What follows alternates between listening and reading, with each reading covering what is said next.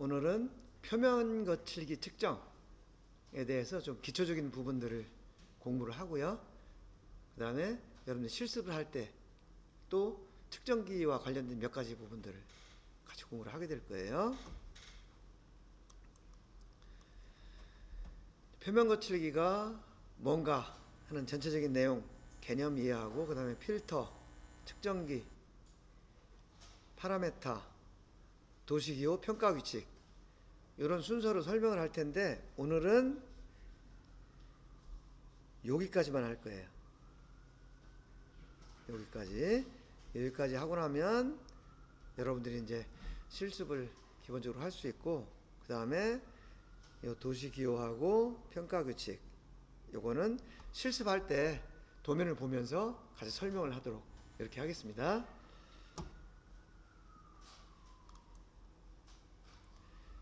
자, 첫 시간에는 표면 거칠기의 개념을 좀 같이 이해할 거예요.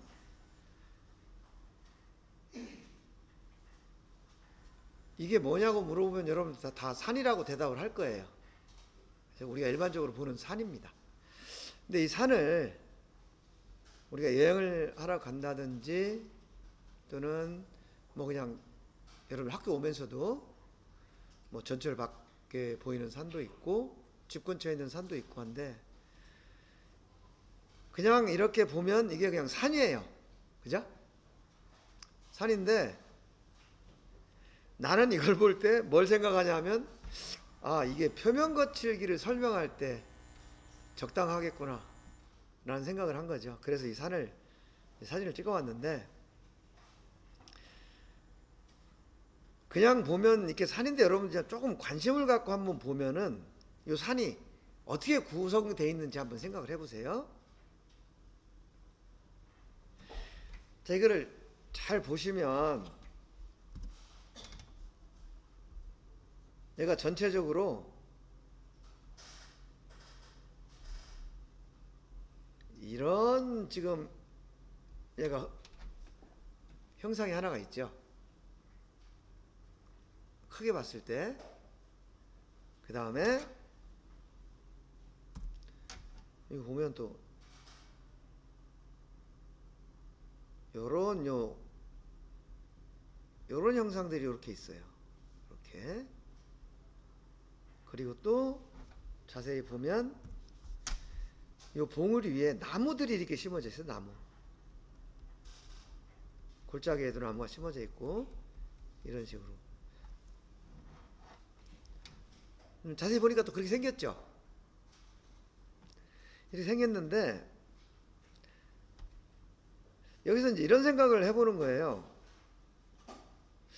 아, 저 능선, 우리가 지금 이거를 전체적으로 할 때 큰 그림을 능선이라고 그러고, 지금 요 뾰족뾰족한 거 이걸 봉우리라고 한단 말이에요.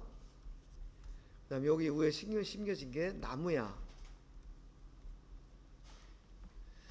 만약에 저 능선의 높이가 얼마나 될까?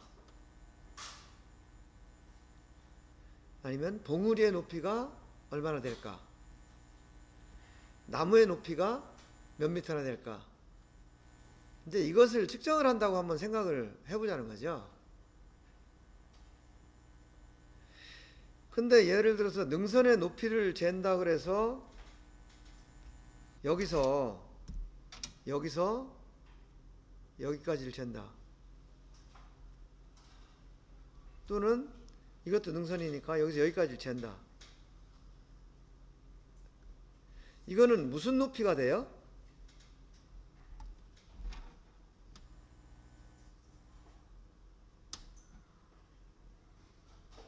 이것을 무슨 높이라고 할 수 있을까?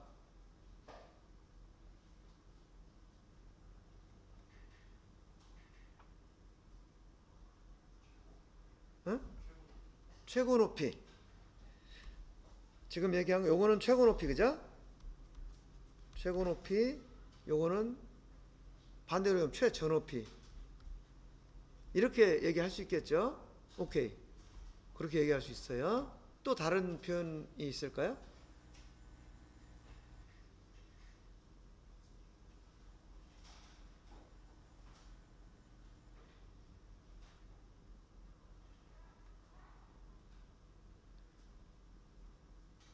뭐 또 이렇게 표현할 수도 있겠죠.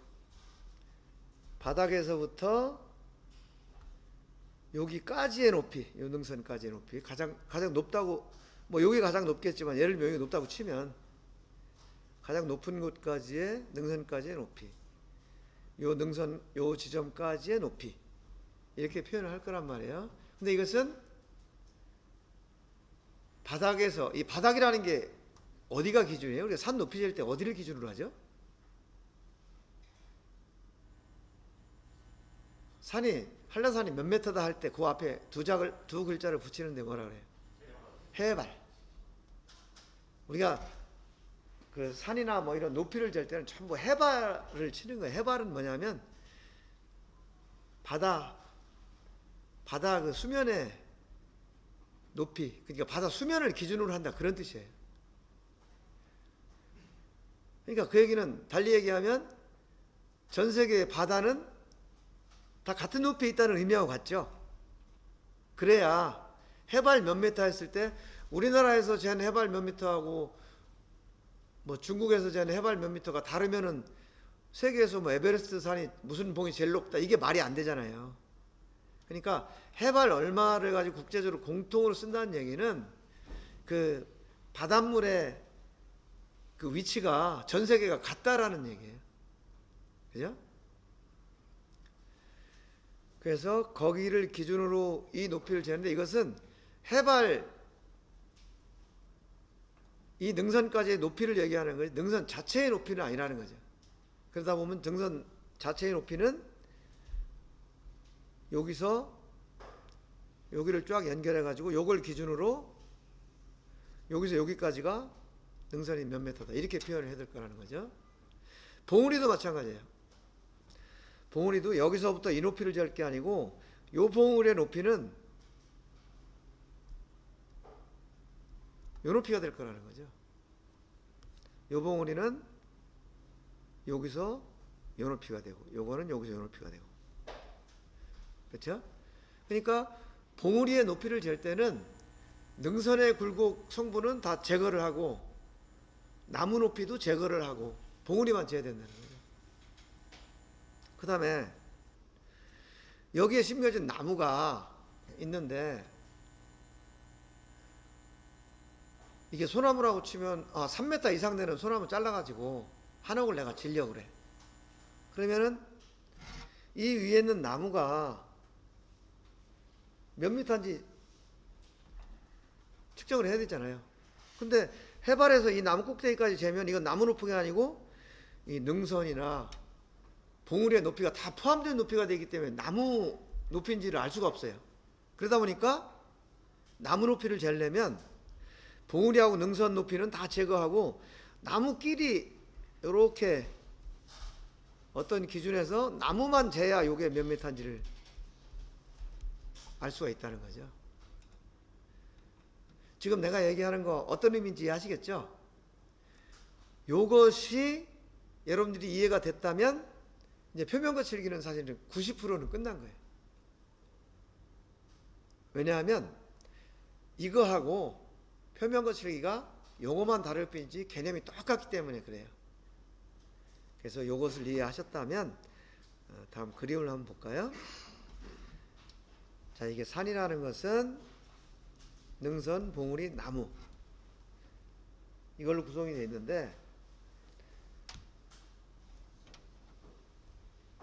나무를 이 중에서 나무 크기를 알고 싶다 그러면은 능선과 봉우리의 높이는 없애고 나무만 봐야 되고, 또 봉우리의 높이를 재려면 능선하고 나무는 없애고 봉우리만 봐야 된다, 이런 개념이에요. 그럼 이것이 이런 개념이 되겠죠.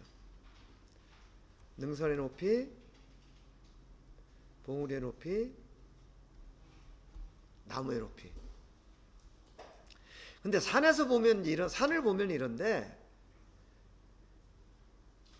이거는 산이라면 우리가 보니까 여기서부터 여기까지 막 몇십 미터, 몇백 미터를 보니까 이렇게 보이는데, 이 표면 거칠기는 실제 측정하는 길이가 아주 짧아요. 한 아무리 길어도 50mm를 안 넘어. 50mm가 뭐야? 보통 일반적으로 4mm를 측정해 가지고 표면 거칠기를 계산을 해요. 특성상. 예를 들면 그럼 제품이 이만한 제품이 있다. 그러면 여기서부터 여기까지를 한 번에 다 이만큼을 측정해 표면 거칠기를 측정하느냐? 그렇게 하는 게 아니고 여기 요만큼, 여기 요만큼, 요만큼씩 군데군데 측정해 가지고 그걸 가지고 표면 거칠기를 이제 계산을 하다 보니까 이 능선처럼 이렇게 크게 나타나는 형상은 여기서 의미가 없어. 그래서 이 능선에 해당하는 것은 우리가 형상편차라 그래요. 여러분 공차 해석 시간에 배운 진직도. 그러니까 이거는 표면 거칠기에서 취급하지 않고 이거는 기하공차 시간에 취급을 한다. 그래서 표면 거칠기에서는 이 봉우리, 그죠? 봉우리하고 나무에 해당하는 성분만 가지고 얘기를 하는데 이 봉우리에 해당하는 성분, 이것을 우리가 파상도라고 얘기를 해요. 이거는 거칠기라고 얘기를 해요. 그래서 우리가 취급하는 표면 거칠기에서는 파상도와 표면 거칠기를 다루는데 이 표면 거칠기를 주로 다루고 나무 크기예요. 그 다음에 이 파상도는 좀 특수한 경우에 우리가 다룬다. 그래서 우리의 관심사는 한옥 짓기 위한 소나무 크기를 구분하는 게 이 표면 거칠기 측정에서의 주목적이다. 이렇게 이해를 하시면 되겠어요. 아시겠죠? 이게 우리 제품이에요. 실제 가공을 하면은 형상이 이렇게 나와. 이렇게 나와서 여기서 큰 간격으로, 이런 큰 간격으로 나타나는 굴곡이 있어요. 이게 아까 봉우리에 해당하는 거예요. 이것을 파상도라고 한다. 그 다음에 이 나무에 해당하는 작게 나타나는 굴곡, 요거를 거칠기라고 한다.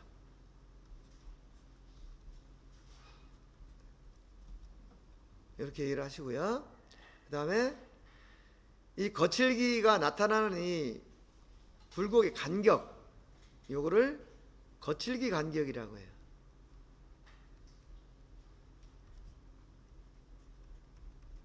요거를 파장이라고 그래. 요것은 파상도 간격. 요것도 이제 파장이 되겠죠. 요것이 이제 파상도인데, 파상도는 높이를 얘기하는 거예요, 높이. 요것도 거칠기도 높이. 이 표면 거칠기 측정기도 좌표 측정기예요. 그래서 이 파장이라는 것은 X축과 관련되는 거고, 그 다음에 요 높이라는 것은 Z축과 관련이 된다. 요렇게 여러분들 좌표로 이해를 하시면 좋겠고요. 우리가 진온도를 측정할 때는 그 성분을, 명칭을 뭐라고 했었죠?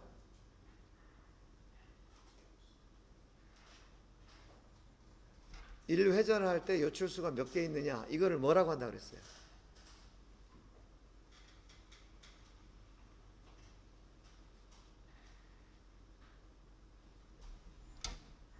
그러니까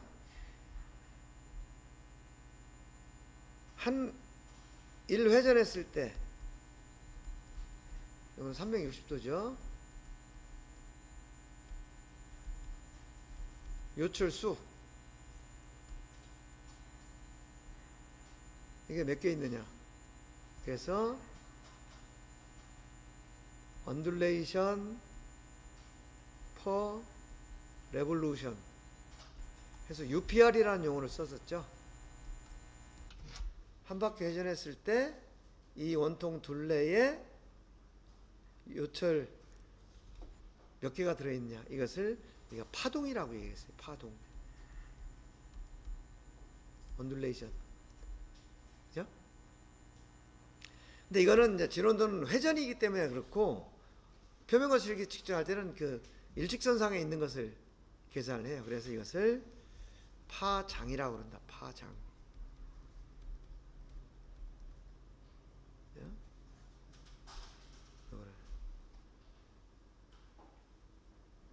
파장은 뭐라고? 웨이브 랭스. 길이 할 때 이게 파장이에요. 여러분들 1학년 때 옵티컬 플랫을 가지고 마이크로미터 NB라고 스핀들 평면도 검사할 때 빛으로 이렇게 했죠? 그때 파장이라는 얘기가 나왔죠? 그때 파장을 기호를 뭐라고 썼어요? 라무다. 그죠? 라무다라는 기호 썼죠? 0.64 마이크로미터. 이런 거 기억나죠? 여기서도 이 파장을 쓰는 거예요. 라무다.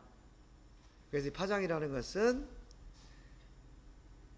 얘는 진원도인데 표면거칠기에서는 이렇게 반복되면 이거를 파장이라고 하는 거죠. 웨이브 랭스.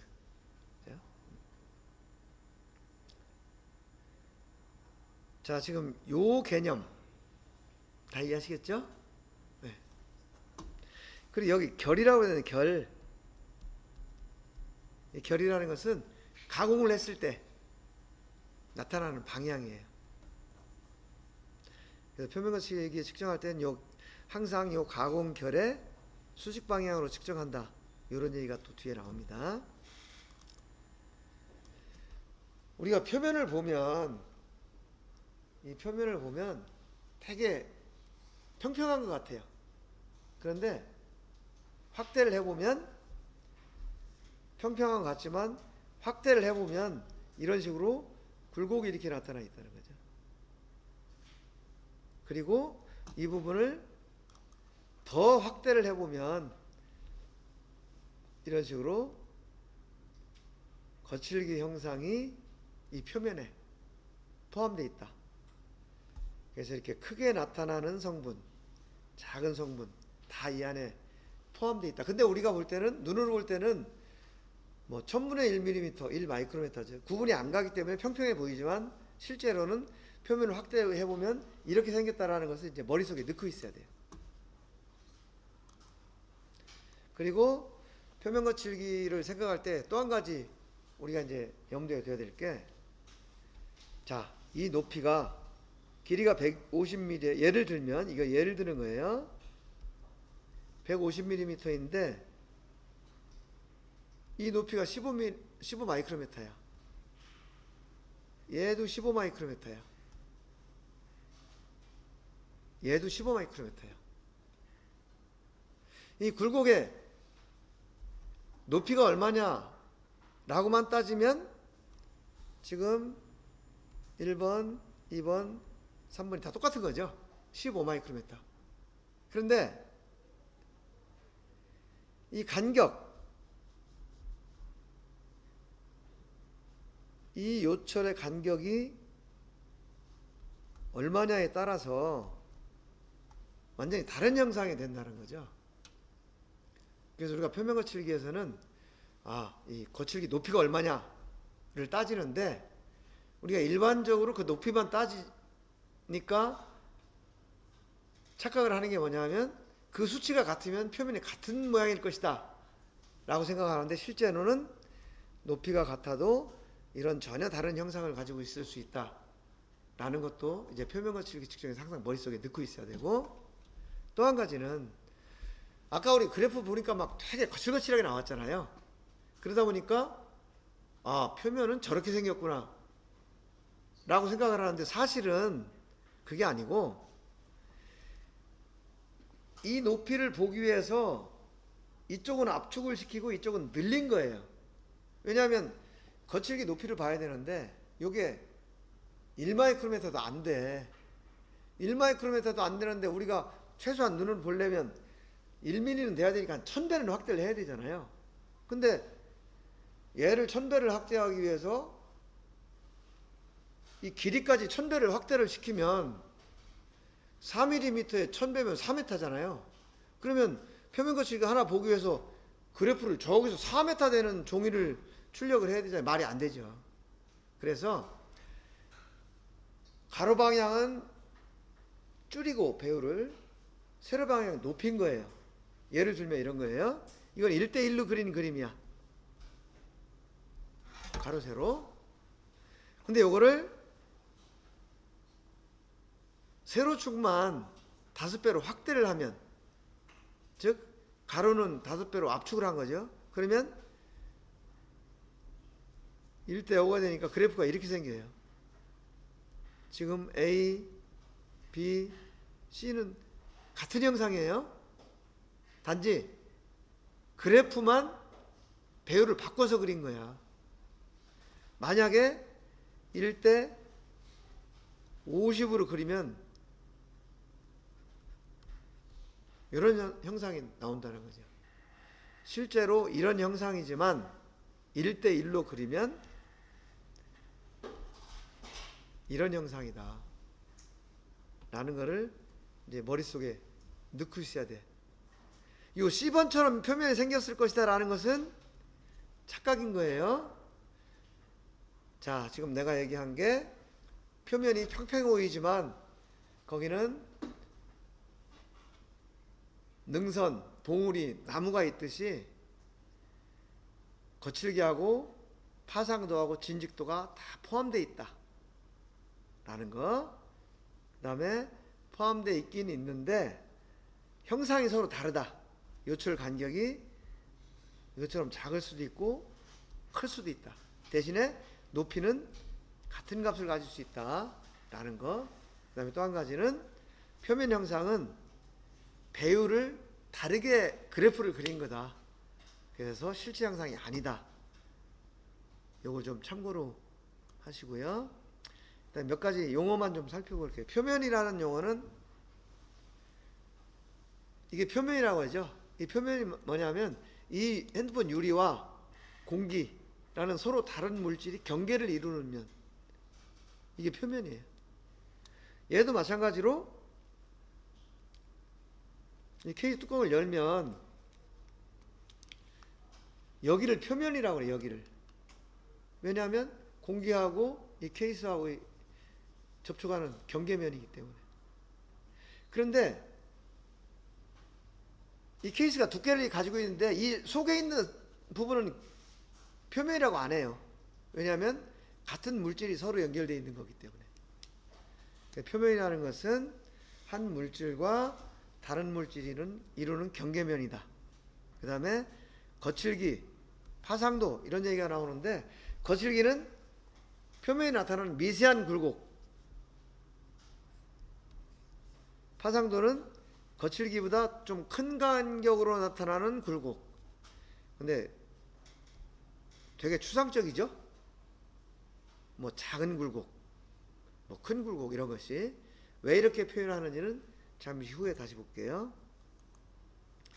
그 다음에 결이라는 것은 강화한 방향이라고 했고, 흠이라는 것은 표면 거칠기에 뭐 찍혔다든지 재료 결함 때문에 구멍이 나 있다든지 이런 건데, 이런 거는 이 결함을 얘기하는 건데, 이것은 표면 거칠기에서는 측정하지 않는다. 특별한 얘기가 없으면 표면 거칠기 측정하는데 그거는 피해서 재라는 뜻이에요. 그리고 표면 거칠기, 아까 작은 간격으로 나타나는 미세한 요철이라고 그랬죠. 그 다음에 매끈하다 또는 까칠까칠하다 하는 감각의 근본이다. 여러분 이런 표현이 있으면 손톱으로 이렇게 긁어보면 거치네, 두 개 비교해서 보면 거치네, 이건 매끈하네, 이런 느낌이 온다는 거죠. 그런 느낌을 표면 거칠기라고 한다, 그런 얘기예요. 그래서 이런 식으로 손톱으로 긁어서 거칠다, 매끈매끈하다는 거 느낄 수 있는데, 이것을 접촉식. 아까 측정한 저 측정기가 이 감각을 기계에다 집어넣은 거예요. 그래서 아까 그 촉침이 이거 손톱 역할을 하는 거죠. 그 다음에 거친다 아치가 어떤 때는 빛에 이렇게 비추어 보면 이렇게 굴곡 같은 게 나타나죠. 그런 식으로 보는 방법도 있어. 그것은 빛이 반사되는 것이 다르기 때문에 면에 따라서 이것은 비접촉식. 눈으로 보는 거예요. 지금 여러분들은 측정기를 이용해서 측정을 하는데 라떼, 소위 말하는 라떼이즈 40년, 50년 전에는 저런 측정기를 가지고 있는 게 힘들었어요. 왜냐면 비싸기 때문에. 그래서 그때는 어떻게 했냐면 거칠기 10편이라는 걸 만들었어요. 10편. 예를 들어 도면에 이 표면에 거칠기를 10마이크로메타 이하로 가공을 해라. 이렇게 규제를 하잖아요. 그러면 가공을 잘 하는 데서 여러분 요거를 10마이크로메타 되게 가공을 하는 거예요. 그래서 요거하고 요 제품하고를 같이 긁어보는 거지. 같이 긁어봐서 10편보다 제품이 더 거칠다. 그럼 불합격. 더 매끈하다 합격. 이런 식으로 측정을 했었는데 요즘은 그걸 이제 기계하고 소프트웨어가 한다. 이렇게 보시면 되고요. 그 다음에 이것은 이런 공정을 통해서 우리가 제품을 가공을 하잖아요. 지난주에 우리가 원통을 만드는 형상도 봤는데 이렇게 가공을 하면 이 공구에 의해서 어떤 무늬가 나타나. 얘는 이제 자동 선반이죠. 그러면은 지금 이 부분에 이렇게 가공을 하면 이 부분에 어떤 무늬가 생긴다는 거죠. 이 부분에도 무늬가 생길 거고, 그럼 이걸 우리가 측정을 하는 거예요. 그래서 이렇게 가공을 하다 보니까 기계 문제도 있고 공구 문제도 있고 여러 가지 문제에 의해서 이 표면이 가공이 되는데, 표면 생성에 영향을 미치는 요인들, 공작 기계, 선반이나 밀링이나 금방 봤죠. 그 다음에 마모 상태, 공구, 작업 방법, 이런 것들에 의해서 표면에 어떤 무늬가 나타나게 되는데, 이것을 우리가 가공 공정의 지문이라고 얘기를 해요. 우리가 지문 조회하면 이 사람이 어떤 범죄를 저질렀고 하는 것이 다 이력이 나타나죠. 그렇듯이 모든 그 가공 현상은 표면에 나타난다는 거지. 그래서 표면 거칠기를 측정을 하면 가공 표면의 모든 현상을 분석을 할 수가 있다. 그래서 여러분들이 관심을 갖고 계속 이 문양을 공부를 하면 이런 게 가능하고, 이번 실습에서는 요 전 단계, 그러니까 제품에 규제한 것대로 만들어졌느냐를 검사하는 그런 단계를 우리가 거칠 거예요. 예를 들면 이런 거예요. 정상적인 면이다. 면, 이게 지금 연상면이에요. 그런데 여기 보니까 결이 이렇게 보여. 이거는 빨리 가공하려고 수도를 빨리 옆으로 옮겼구나. 한 2성 5차. 또는 공구가 어떤 진동이 발생해서 표면에 이렇게 나타나는구나. 이런 것들을 이제 알 수가 있다는 거고요. 또 선반이냐 밀링이냐 뭐 랩핑이냐 이런 거에 따라서 표면 형상이 다 다르다. 그래서 측정을 해가지고 이 중에서 어떤 거하고 비슷한지 보면은 이거 어떤 기계를 통해서 가공을 했구나 라는 것도 알 수 있다는 거고요. 그 다음에 표면 거칠기는 그럼 왜 재느냐가 중요하죠. 뭐 때문에 이걸 재는가. 그래서 어떤 기능이 필요한 것, 기구적인 기능, 뭐 기어라든지 피스톤이라든지 이런 거. 그 다음에 여러분들 게이지 블록 측정할 때 보면 반질반질하죠. 게이지 블록. 그 다음에 엔빌 스핀들 면도 아주 가공이 잘 돼 있어요. 이런 식으로 측정의 기준이 되는 면, 또는 유압 실린더처럼 뭐 기밀, 유밀 이런 것들 필요한 곳, 렌즈나 반사경 같은 광학 부품, 반도체, 세라믹, 원판 이런 것들, 그리고 페인트를 한다든지 도금을 한다든지 이런 곳, 또는 이게 시계 케이스 같은 것도 표면이 어떻게 처리했느냐에 따라서 느낌이 다르잖아요. 이게 다 표면 거칠기와 관련이 된다는 거죠. 화장품 케이스도 화려해 보일 건지 반짝반짝하게 이런 것도 다 관계가 된다. 그 다음에 뭐 어떤 여기 의치 재료라고 했는데 이거는 치과 재료 또는 우리가 의족, 의수 이런 것들 요즘 많이 발전하죠. 그래서 의공학이라고 그러죠. 의학과 공학이 합쳐져서 요즘은 이런 곳에도 많이 사람 인체에도 많이 쓰이는데 이런 것들에 전부 표면 거칠기가 필요하다. 그래서 자동차 엔진 같은 이런 내부 보면 표면 거칠기 굉장히 중요하게 생각을 하는 거죠. 이도 마찬가지로 인공관절도 이런 것들이 조립이 돼가지고 이게 이제 엉덩이 쪽이고 이게 이 다리 쪽이거든요. 걸어다니면 얘가 계속 이렇게 움직이겠죠. 그럼 여기서 계속 이게 움직이게 되는데 표면 거칠기가 안 좋으면은 뭐 금방 거기 틈새가 생긴다든지 이런 문제가 생기는 거죠. 그래서 표면 거칠기라는 건 뭐냐? 근데 우리가 표면 거칠기라고 하지만 이 실제 표면에는 진직도, 파상도, 표면 거칠기가 다 포함되어 있다 그랬죠. 그걸 다 포함해서 surface texture라고 얘기를 해요. 구조. 이 텍스처는 우리 직물, 옷감이 거기 막 이렇게 얽혀가지고 짜지잖아요. 그런 구조를 의미하는 거예요. 이것은 재료, 절삭 공구, 그 다음 공작기계 오차, 부품의 응력 이런 것들 때문에 이제 그런 거칠기, 파상도, 진직도가 생긴다는 거고요. 그 다음에 표면기술 왜 측정하느냐?